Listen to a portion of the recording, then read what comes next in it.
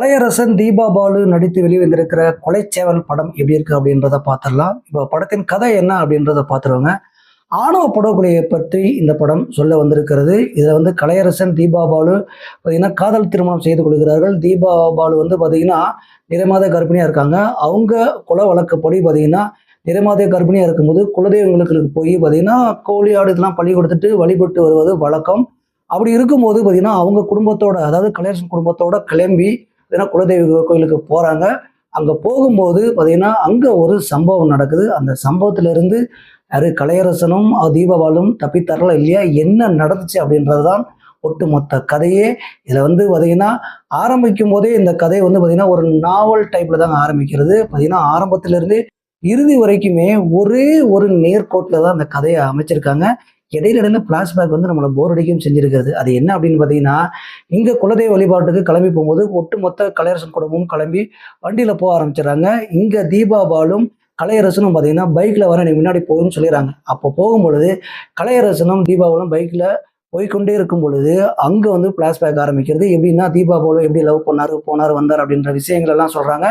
பார்த்தீங்கன்னா ஒரு நாவலாக போயிட்டே இருக்கும்பொழுது என்ன சொல்ல வராங்க அப்படின்னு நமக்கு ஒன்றுமே புரியல வச்சுங்களேன். ஒரு ராவாக போயிட்டு இருக்குது. அதுக்கப்புறம் குலதெய்வ வழிபாடு மேற்கொள்ளும் பொழுது அங்கே தாங்க ஒரு ட்விஸ்டே வச்சிருக்கிறாங்க. ஏன்னா ஒட்டுமொத்த சமூக வலைதளம் நீங்கள் பார்த்துருப்பீங்க. என்னடா கிளைமேக்ஸ் பயங்கரமாக கலக்கிட்டாங்க, என்னால் உண்மையே பண்ண முடியல அப்படி இப்படின்னு சொல்கிறாங்கல்ல.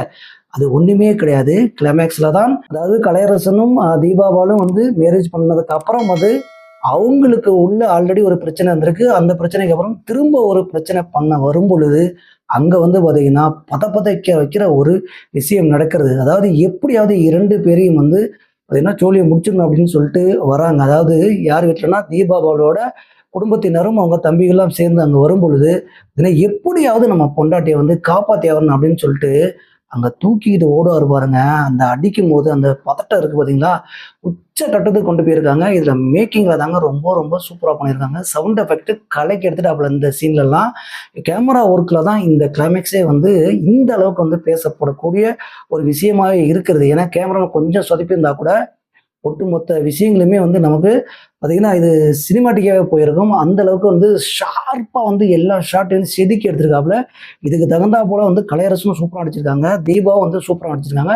ஒட்டுமொத்த நடிகர்களுமே அந்த ஒரு 10 நிமிஷம் பார்த்தீங்கன்னா பட்டை கிளப்பியிருக்காங்க. அவங்க எமோஷனலை சூப்பராக கொண்டு பார்த்தீங்கன்னா அந்த படத்தில் ஒட்டுமொத்த விஷயங்களையுமே சேர்த்துருக்காங்க அப்படின்னு சொல்லலாம்.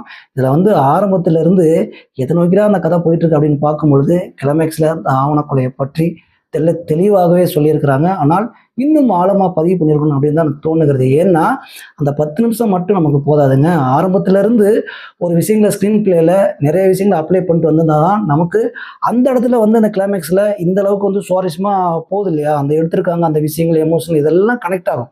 நீங்கள் திடீர்னு ஒரு விஷயத்தை கனெக்ட் பண்ணீங்க அப்படின்னா ஓகேடா இதை தான் சொல்ல வந்தாங்களா அப்படின்னு சொல்லிட்டு நம்ம எமோஷனலாகவும் ஃபீல் பண்ணுவோம், எல்லா விஷயங்களும் இருக்கும். ஆனால் ஆரம்பத்திலேருந்து என்னடா சொல்ல வந்தீங்க, இதுக்காடா அப்படி எடுத்துகிட்டு போனீங்க அப்படின்ற ஒரு கேள்வியும் கேட்க வைத்ததாக தான் இருக்கிறது. ஆனால் கிளைமேக்ஸை பிசிறு இல்லாமல் பார்த்தீங்கன்னா நேர்த்தியாக பண்ணதுக்கு டைரக்டரை பாராட்டலாம். அந்த அளவுக்கு ரொம்ப அற்புதமாக பண்ணியிருக்காங்க. இதில் பார்த்தீங்கன்னா கலையரசனும் தீபாபாலோட சேர்ந்து பாலசரவணன் ஒரு கேரக்டர், முக்கியமான கேரக்டர் பண்ணியிருக்காப்புல.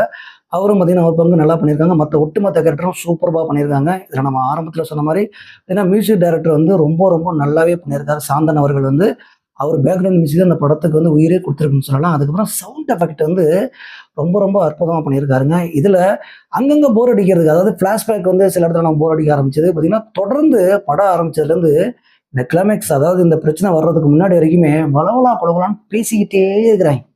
இது ஒரு கட்டத்துக்கு மேலே நமக்கு போர் அடிச்சு போயிருதுங்க. இதெல்லாம் தவிர்த்திருந்தால் படம் சூப்பர் டூப்பர் ஹிட் ஆகிருக்கும். இன்னும் கிளைமேக்ஸ் எந்த அளவுக்கு பேசப்பட்டிருந்தாங்களோ அந்த அளவுக்கு பேசக்கூடிய ஒரு படமாக அமைந்திருக்கும். ஆனால் அதை டைரக்டர் பார்த்தீங்கன்னா ஒரு நாவல் டைப்பில் எடுக்க ட்ரை பண்ணியிருக்காரு. அதாவது யதார்த்தமாக எடுக்க ட்ரை பண்ணியிருக்காரு. அதெல்லாம் இருக்கிறது. ஆனால் அங்கங்கே கொஞ்சம் சில விஷயங்களை கமர்ஷியலாக ஆட் பண்ணி ஸ்க்ரீன் பிளே சில விஷயங்களை பண்ணியிருந்திருக்கலாம். அதை பண்ணாமல் தவறிட்டாரு.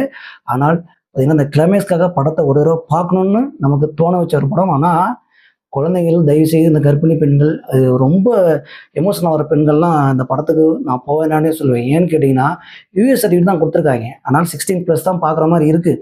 ஆனால் அந்த கிளைமேக்ஸு அந்தளவுக்கு பதப்பதைக்க வைக்கிறதுங்க. அவங்கலாம் சில பேர்லாம் எமோஷனலில் அழுதுருவாங்களா, என்ன பண்ணுவாங்க, அதுலேருந்து மீள்வாங்களான்னு தெரியாது. அந்தளவுக்கு ரொம்ப பார்த்தீங்கன்னா ரொம்ப ரொம்ப யதார்த்தமாக பண்ணியிருந்துருக்குறாங்க. அதனால் குழந்தைங்க இந்த மாதிரி எமோஷனல் உள்ளவங்கலாம் வந்து தயவுசெய்து வீட்டிலேயே முடிஞ்சா ஓடிடியில் வரும்போது பார்த்துங்க. கொஞ்ச நேரம் அதை பார்க்க முடியலன்னா அப்படியே வெளியில் போயிடலாம். தேட்டர்லையும் போயிடலாம். ஆனால் அவனால் பார்க்க முடியும் இல்லைன்னு முடிவு செஞ்சுட்டு தயவுசெய்து இந்த படத்துக்கு போங்க அப்படின்னு தான் நம்மளோட ரெக்கமெண்டேஷனே. இந்த மாதிரி பார்த்தீங்கன்னா அடுத்தடுத்த விமர்சனங்களை சந்திக்கும் முறை தொடர்ந்து மகேஷினுடைய நண்பர்கள் மகேஷின் அன்பு வணக்கம்.